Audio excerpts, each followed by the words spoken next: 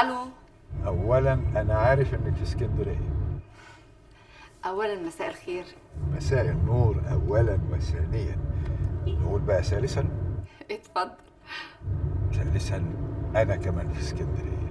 ياه، ده ايه محاسن الصدف دي؟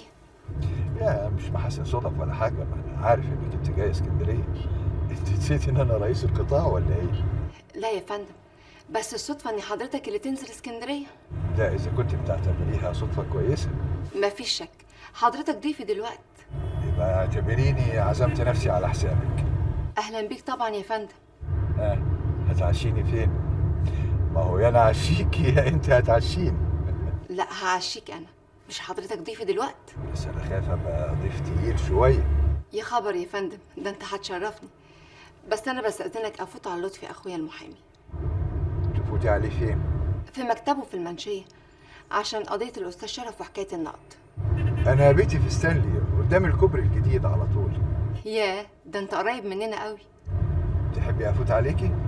وتروح معايا لطفي اخويا وبالمره تتعرف عليه، ايه رايك؟ قوي قوي، وبالمره اوصيه على القضيه. اوكي، انا مستنياك. عارف الشاطئ؟ الشارع اتجاه واحد، العماره اول عماره على ايدك الشمال. هبقى مستنياك تحت. مع السلامه.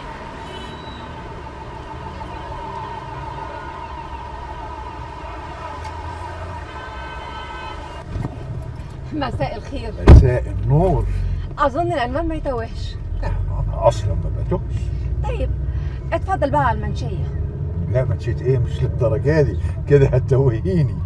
اسال، اللي يسال ما يتوهش.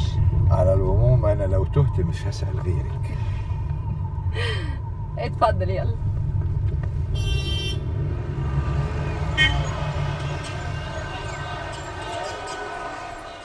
يا اهلا وسهلا بالعيسوي، يا اهلا وسهلا بحضرتك. يا اهلا بيك، ازيك يا بدر؟ الحمد لله تمام. اتفضل يا فندم، اتفضل يا باشا. اشكرك. ما تتفضلي حضرتك، انا عازم عليكي ولا ايه؟ مكتبك وبيتك يا فندم. لا حضرتك عزماني على العشاء على حسابك، ولا هنرجع في كلامنا؟ يا بيه على عيننا وراسنا. يا اهلا وسهلا بحضرتك، فرصه سعيده. هي في الحقيقة سعيدة لسببين. السبب الأولاني إن عايز أثبت حسن نيتي للأستاذة. العفو يا فندم، انا ما استني يا مديحة. أنا على الأقل عايز أثبت حسن النية في الدفاع عن الأستاذ شرف فتح الباب، وعشان كده أنا جيت لك يا متر. أنا ما كنتش أقدر أساعده ولا أقول إني هساعده، وأنا في موقعي في الشركة، خصوصا بعد ما اتحكم عليه، وإلا أبقى شريكه، مش كده ولا إيه؟ والله كلام حضرتك معقول يا عيسوي بيه.